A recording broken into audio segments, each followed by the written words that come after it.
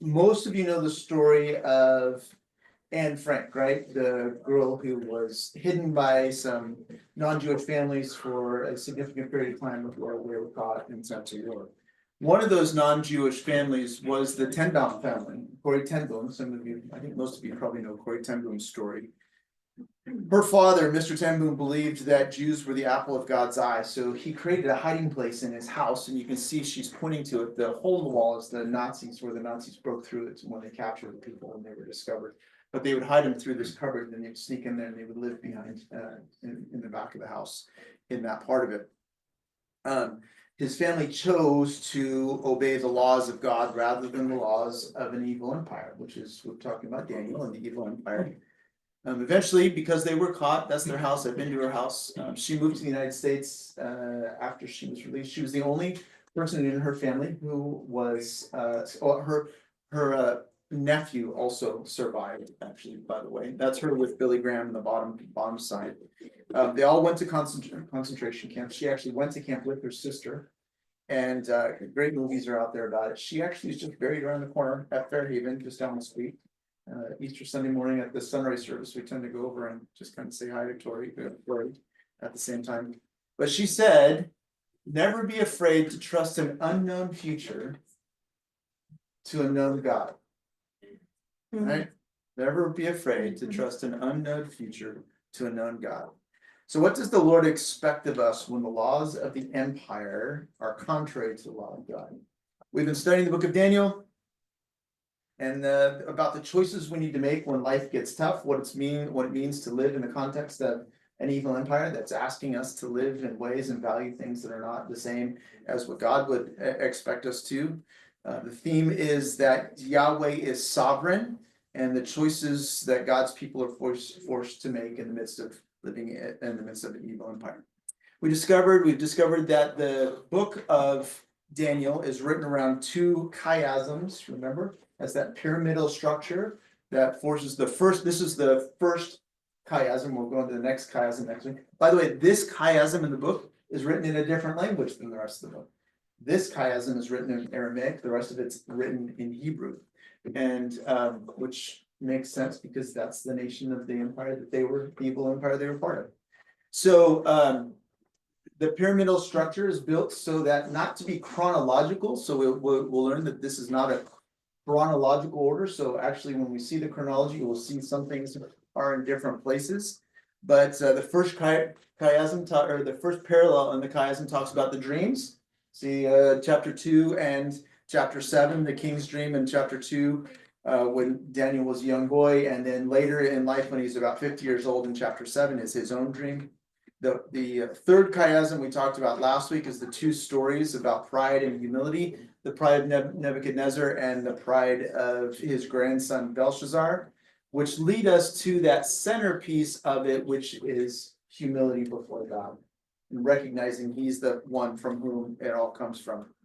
The third parallel we're going to talk about. So if it indeed is a chiasm, if the book is put together as a chiasm, not as a chronology, and chapter 3 is a trial, what would chapter 6 be about then as we get to? Should be about a trial, right? If indeed it is, then there should be a trial involved in chapter 6 because the chronology is out of order, so it's not chronological as we do that. So, yeah. When you say if indeed, so is there a question that this is No. not? No. So when it's a chiasm, Yes. we'll follow this. Yes. Okay. I just know that not everybody's sold on the fact that it's Okay. a chiasm, Okay. and I would just say, so if you put in chronological order, the chapters go out of, the book goes out of order. So it's not chronological. Is there indeed a different message that, or a message that's in the way that it's put together? And a chiasm answers that question. And we'll see that in the second half of the book. All right, so if we go to Daniel chapter 1, or Daniel chapter 6, verse 1, it begins with, it pleases Darius. So you should be able to have on your digital devices or your Bible. Hopefully you've got something that you're taking notes on that you can highlight with. Daniel, it says, it pleased Darius. Who's Darius? we don't know Darius. Darius is a new name so far. We haven't hit him so far. Everybody knows Darius, don't you? Well, clearly Darius was obviously an obvious enough answer that when Daniel wrote this book, everybody else would know who Darius was. Darius was a new king many years after they came along. So if we put it in chronological order, this is the chronological order of the book that we've been talking through. Of course, the captivity in 605, the dream in chapter 2, 602, the fiery furnace in chapter 3 is in 585, 20 years later, the tree vision. Up until chapter 4, Nebuchadnezzar had been the only king that we had talked about. We only talked, the first 4 chapters was only about Nebuchadnezzar. In between him and the next king we talk about, there's this 15 years of significant transition between 4 different kings that come along that are not recorded in Daniel, but they end up helping us understand Daniel. We talked about that late week, so we're gonna skip over those 4 kings, and I'm just gonna put a blue line there so you understand that we're not going from Nebuchadnezzar to Darius. There's actually a significant number of things that happen in the middle of that. We get to 544. And the dream that's in chapter 7 and 8, that's Belshazzar is the king at that time. He's the grandson of Nebuchadnezzar, co-regent with his father Nabonidus, who is out fighting a battle, gets lost in the battle, goes off and runs and hides. And he's the one that's left with the crown when General Cyrus and King Darius of the Medes and Persians, sounds like a VeggieTale movie. The Medes and Persians actually come and overnight take over, and we have a switch in the empire because we've been talking about the golden head of Babylon so far, remember, and the dream that's there. All of a sudden now, in chapter 7, actually chapter 5, the transition happens. Belshazzar would not humble himself, and you have this transition between the golden head of Babylon and a brand new empire comes along, the Medes and Persians, which Daniel describes as the Silver Empire, which is kind of 2 empires merged together, and we have that going on there. So the first transition in Nebuchadnezzar's statue actually happens. So we're seeing that statue come to life all of a sudden, the reality of it coming to place in human history. And the golden empire of Babylon is now gone. Darius, this guy that we've not heard of before, is now the emperor of the new Silver Empire, the Medes and Persians. All right. So when it says it pleased Darius, that's who we're talking about. What's that? What's Mede? Mede is a people. So actually today, the Mede people are the people that are in the northwest of Iraq that are fighting against Turkey on one side, and the Turkey are fighting against the ISIS and that group on the other side. So they've been kind of breaking away, trying to do an independent republic, and that's what actually the last time Trump became in power, he abandoned them, pulled our troops out, and so they've been on their own fighting against. At that time, ISIS was much stronger than they are now, so they've been fighting for their own survival up in that area. So they are a people who still exist today. Were the countries, do they correspond to nations back then? Iran and Iraq? Location wise, yes. Yeah. So Babylon is in Iraq, and what was his name? The guy, the dictator we took out? Saddam Hussein. He was rebuilding Babylon at the time, actually. Right, yeah. And created a coin with Nebuchadnezzar's head on one side and his head on the other. Yeah. Because he was trying to become the second Nebuchadnezzar. Yeah, so it's in that same region.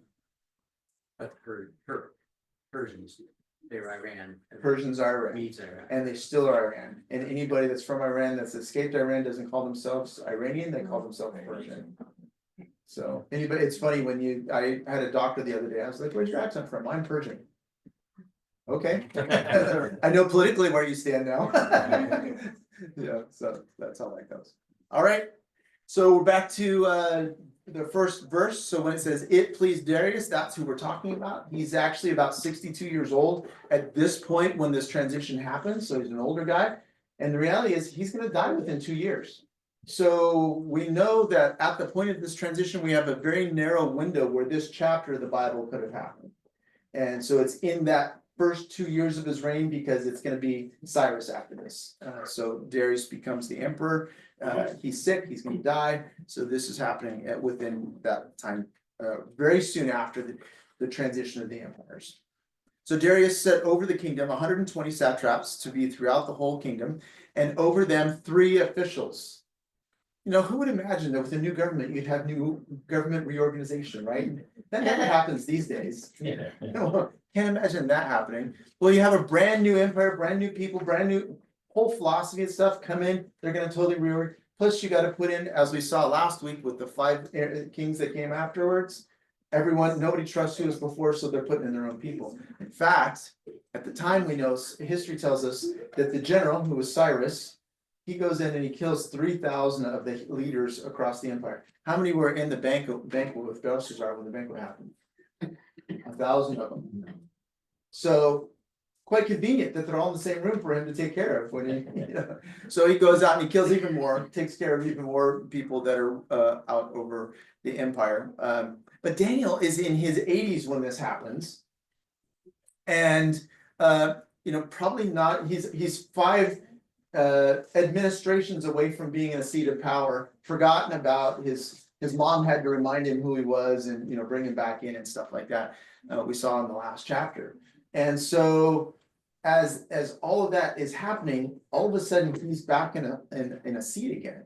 Maybe they heard what happened at the banquet, maybe who knows what happened in all of that, but all of a sudden Darius trusts him so much that he makes him, they have 120 counties or seats or however states, however you decide you're gonna break this empire apart, there's 120 of them, and he divides them into groups of 40 and he puts 3 over each of the 40 and he makes Daniel one of those guys in the meantime. So, which is pretty amazing.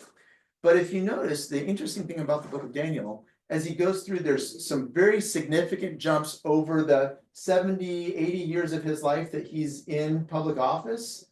There's, 5 or 6 important visions that he interacts with these emperors, but they still trust him in these 20-year gaps. So clearly he shows some skill in administration beyond just being able to interpret dreams. Because he's in charge of all the other guys. And so somehow we're not told about the rest of the story, but the rest of the story is pretty significant about him being able to do that kind of stuff. All right. So clearly his reputation precedes him and he's put in this power. Also notice that part of Daniel's job is as a banker, so that the king might not be taken care of. It's interesting that from this time on, the Jewish people historically are known as bankers. So probably he's bringing in his compadres to come in and help me keep track of the empire, and they become good at it and they do a good job at it. And so this becomes a field that the Jewish people then, as they go back to the land, take with them. So Daniel is given a position of authority, number 2, the vice president of a pagan empire, and God honors him as he serves in a pagan empire. It's kind of an interesting thing, because I feel like sometimes we're told that it's all or nothing with how you can't be faithful unless you are, you can't work for that company, you can't work for that person, you can't do that. Really? Is it really all or nothing? Or, well, it appears to me, and I think that's why I chose this book last fall, because I know that we are going into a highly politicized time. We've been in a highly politicized time where it's difficult to know where we stand. And it's easy to pull back and do nothing, or it's easy to give up our faith and go the other way and just dive all the way in and red, white, and blue and be whatever. I feel like there's a way, and this book gives us a pathway to be faithful to our God and faithful to the kings that we serve at the same time. Okay? So then Daniel, verse 3, became distinguished among all the other high officials and satraps because an excellent spirit was in him, and the king planned to set him over the whole king. So he's taking him from this number 3, 1 of 3 position to above them, number 2 position, vice president of the empire, vice emperor, however you want to say it. Verse 4, then the high officials, the satraps, sought to find a ground of complaint against Daniel because clearly they don't want this exiled guy from their anti-Semitic Jewish guy to be over us, because, he's. In many of the polytheistic kingdoms of the past, Jews were considered to be atheists, because to say one God compared to the 30 million that were out there, 36 million if you're a Hindu, you just say one God compared exists, it's basically saying you're an atheist, you don't believe in God at all. So it's an extreme place for him to be in. So they want to find a complaint against Daniel with regard to the kingdom, how he runs his power, how his authority is, what is he doing with the king's money, any of those kinds of things. But they could find no ground or complaint for any fault, because he was faithful and no error or fault was found in him. He turned the power and the money down so many times. Hey, Daniel, if you do this, I'll give you a chain of gold, and I'll give you my daughter, and I'll give you the third place, all those. They've been offered these things so many times, and he's turned them down, and he ends up being in these positions of power anyway. And so it's like, what can you offer me? So he doesn't need to steal it at all. Verse 5 says, then these, which is interesting, because these men feel like if he's in a position of authority, even though he has access to everything he needs, he doesn't need to steal. The greed that's within them assumes that he's still greedy above and beyond that, because that's within him. I think that's a very telling thing at the same time. Verse 5. Then these men said, we shall not find any ground for complaint against Daniel unless we find it in connection with the law of his God. They discovered his weak point. Or is it? Then these high officials and satraps came by agreements to the king and said to him, O King Darius, live forever. All the high officials of the kingdoms, the prefects, the satraps, the counselors, the governors are all agreed. I highlight that. Because really? You think Daniel agreed? So they're already lying. First, right out the bat, they're lying. By the way, where is Daniel at this? If he's in agreement to this, and he's going to be number 2 in the empire, at least number 3, one of the top 3 at this point, that the king should establish an ordinance and enforce an injunction that whoever makes a petition to any god or man for 30 days, except you, O king, shall be cast into the den of lions. They appealed to his pride as a divine ruler, because this is a messy thing when you get to power. There's this messy addiction and a cloudy place between the authority you have, and if there's any kind of religious involvement at all, your level of deification in the midst of it, or at least the hand of God, and therefore I am infallible. That is the definition of political power. That even if I am not God, and at their point they believe that many of them were gods, that at least I am the hand of God, and therefore don't mess with me. Don't mess with my power.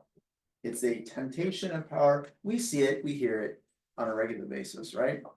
Now, O God, establish the injunction and sign the document so that it cannot be changed according to the law of the Medes and the Persians, which cannot be revoked. Therefore, King Darius signed the document and the injunction. And we're appealing to his pride, and he bought into it. King Darius bought into it. He's going to regret that in a minute, and you're going to see that. So Daniel chapter 6 continues in verse 10. When Daniel knew that the document had been signed, he went to his house where he had his windows in his upper chamber open towards Jerusalem. So after the temple was destroyed, the city was destroyed, it became the Jewish practice that people would pray towards Jerusalem. It has also become the practice of the church. For many years, all cathedrals had their altar facing east. We would orient it towards Jerusalem. Do you know what orient means? East. That's why we use the word orient. When you orient something, you're orienting it towards Jerusalem. I mean, in the old school terminology. So many cathedrals, again, were facing east as well. So he got down on his knees 3 times a day and prayed and gave thanks to his God, as he had done previously. 3 times a day. Also, after the destruction of the temple, they had 3 times a day they would offer sacrifices in the temple. 9 o'clock in the morning, noon, and 3 o'clock. And so after the destruction of the temple, it became the practice of the exiles, and still is the practice among Jews today, that they practice those 3 a day prayer, pray those 3 times a day. 9 o'clock and noon, and at 3 in the afternoon. What's that? Yeah. Yeah, it's a great way to do it, right? How many times do you pray? So not how many times do you throw up a prayer to God, but how many times do you set a point aside, go sit in a corner, stop, and actually direct your prayers towards heaven? That's different, right? I mean, we should be praying all day long. And I'm sure Daniel did that as well. But he had 3 specific times a day. The vice regent of the empire you think you're busy, I'm too busy, I got soccer games, I got the vice regent of the empire. 120 people underneath him. An empire underneath him was able to set aside 3 times a day. He determined those times, not them. He determined the times that he would do that he would go and pray. Daniel was aware of the fact that the law had been made, and he chose to obey. This was not an accident. Oh, I didn't know. No, he knew. And he didn't hide. He opened his windows, the way he always did, towards Jerusalem. You don't need to open your windows to pray towards Jerusalem. You don't need a window to go there, but he did. But after you see the course of his life and the things that he's done, does that surprise you that he would just not even care? No. He continued. This was his civil disobedience. If we talk about the politics of our day, we had a new empire, but it was the same old politics. People were trying to manipulate and kill and trap each other in order to get power for themselves. This very same thing happened to Daniel 40 years earlier in Daniel chapter 3. Verse 11 says, then these men came by agreement and found Daniel making petition and plea before his God. They knew his patterns. He could have okay, I'm not going to pray at noon. I'll pray an hour later. So they'll come at noon and they won't catch me. He didn't. He kept up with his patterns. He kept up and did what he always did. And that was the way they were able to trap him. Then they came near and said to the king concerning the injunction, oh, king, didn't you sign an injunction that anyone who makes a petition to any god or man within 30 days except you, O king, shall be cast into the den of lions? The king answered and said, the thing stands fast according to the law of the Medes and Persians, which cannot be revoked. And then they answered and said before the king, Daniel, I love the fact that they've given up on his pagan name. It was before you had to translate it. I call him Belshazzar, but his God calls him Daniel. Now it's just we're giving up on the old name. Daniel, who is one of the exiles from Judah, one of those people, he's might as well be a prisoner here. He's not supposed to, he shouldn't be in the palace, and he's Jewish. Pays no attention to you, O king, the injunction that you've signed, but makes this petition 3 times a day. He does this. Then the king, when he heard these words, was much distressed and set his mind to deliver Daniel. This didn't happen the next day. This happened in enough time. This king was one, willing to put him as the second in power, so he's learned to trust him. And 2, he's developed enough of a relationship with him that this bothers him. And it bothers him because his own pride had been manipulated to put his friend at threat. It was his fault. Because he acknowledged this. If I wouldn't have just let those guys, shine my boots, then I would have recognized this as a trap and this wouldn't be happening. And he labored until sundown to rescue him. He lived the whole day. He went about this. Typically, the laws of the day were if somebody broke the law, sentence was before the sun went down on that day. So that's really why we're talking about Sunday. Not just that he spent the whole day, which he did, but also because judgment was coming quickly and he was trying to resolve this. These men came by agreement to the king and said to the king, hey king, it's time. Know, king, that the law of the Medes and Persians has no injunction or ordinance that the king established can be changed. And the king commanded, and Daniel was brought before and cast into the den of lions. And the king declared to Daniel, may your God whom you serve continually deliver you. Matthew 27, they said that's Jesus on the cross, right? If his king, if he's really the son of God, let his Father come down and deliver him. And a stone was brought and laid about the mouth of the den, and the king sealed it with his own signet, the signet of the Lord's, that nothing might be changed concerning him. Then the king went to his palace, and he spent the night fasting. No deliverers were brought to him, and sleep fled from him. This guy has a conscience. He recognizes that this is his fault. Fasting and some of us Lent will come along and we'll say, I won't have chocolate, or I won't do TV. This guy's like, no chocolate, no TV, no nothing. I'm not eating, I'm not, and throughout the whole night, it really bothered him. Then at the break of day, the king rose and went in haste to the den of lions. Somehow, personally, he believed that God could deliver. Because otherwise, if he didn't, Daniel's dead. He's in a den of lions. There's no way he's gonna be, but somehow he had a hope. And so he runs to the den to see if Daniel's there. Even though we're gonna see reality is heavy on his heart. This is really gonna be a miracle if he's alive. And it came to the den where Daniel was, and he cried out in a tone of anguish.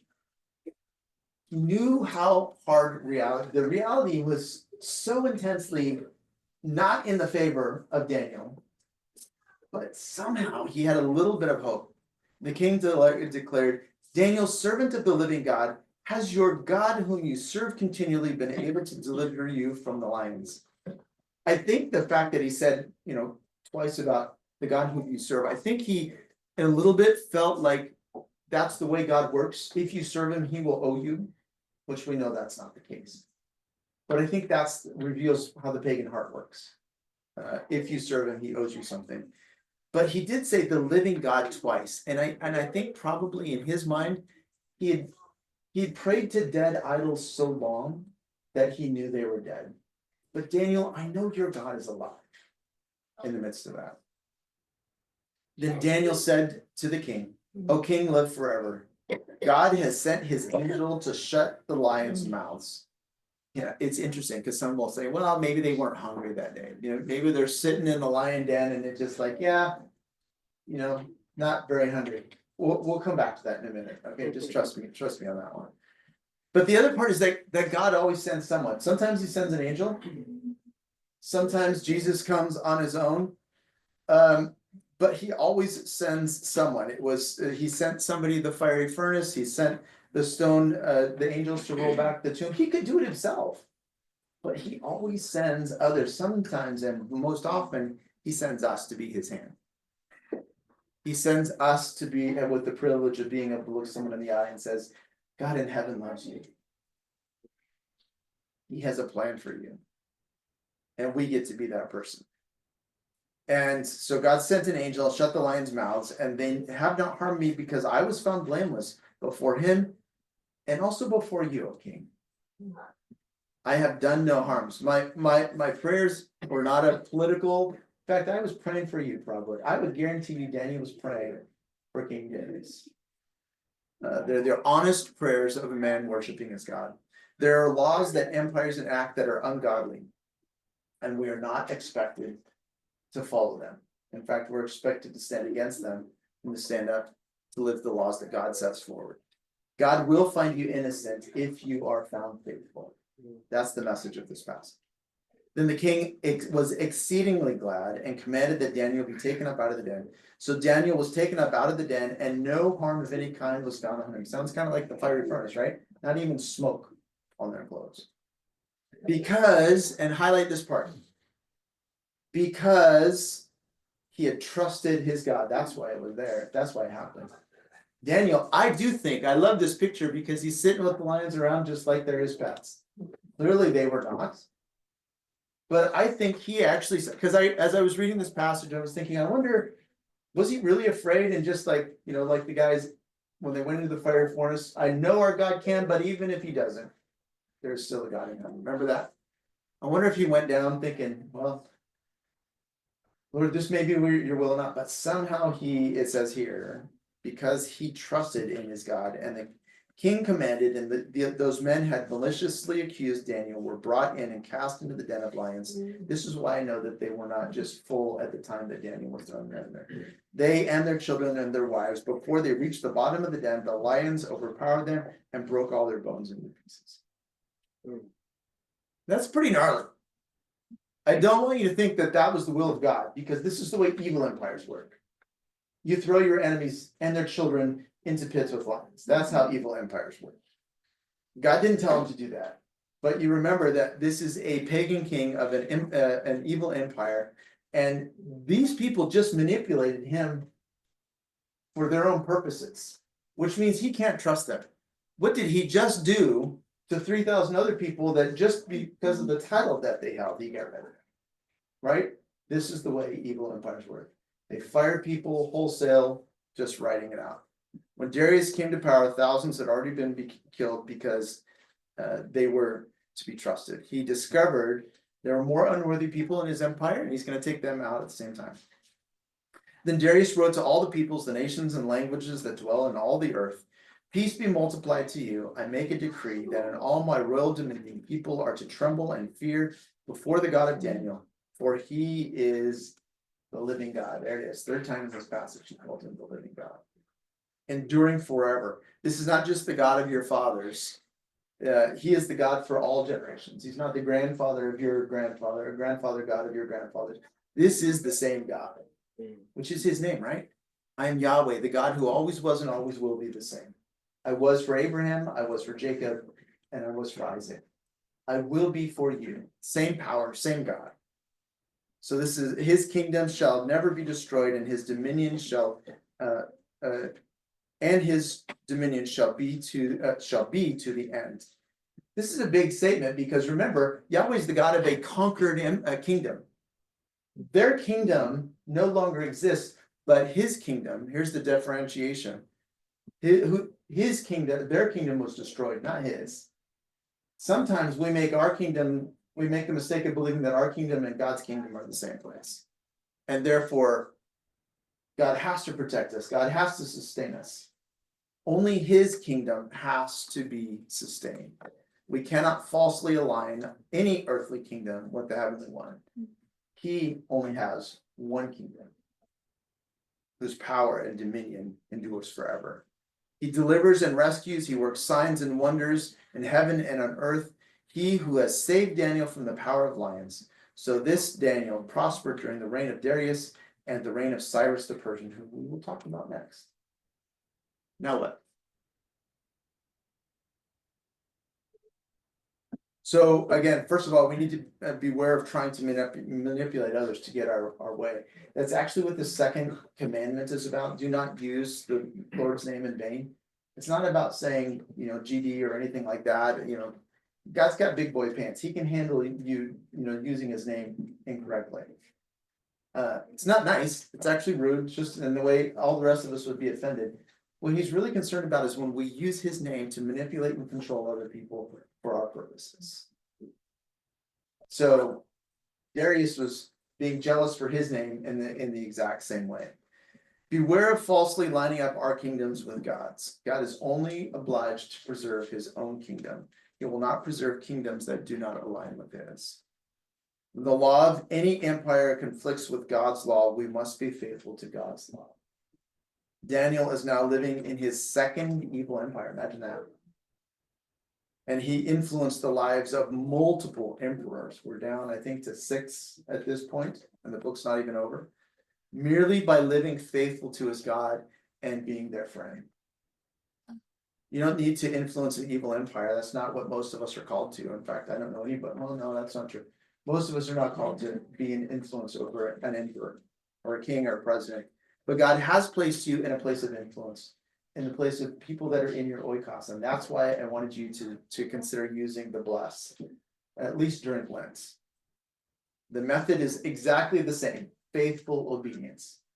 Bless them begin with prayer, listen to their story, eat with them, serve them, and share your story with them. And so as we get into Lent, who are you going to be praying for? Who will you bless? How many times a day do you pray? Do you have a specific focus on it? Yeah, I don't think you need to pray 3 times a day. But I think it's a good practice to have at least one strategic, non-distracted, not while you're in the car driving, not while you're doing anything else, but you and God's word alone, focusing on your relationship with him. I think that's important. It doesn't have to be 3, but if you can do that, and maybe those 3 times of prayer, set an alarm just to remind yourself wherever you are in your day.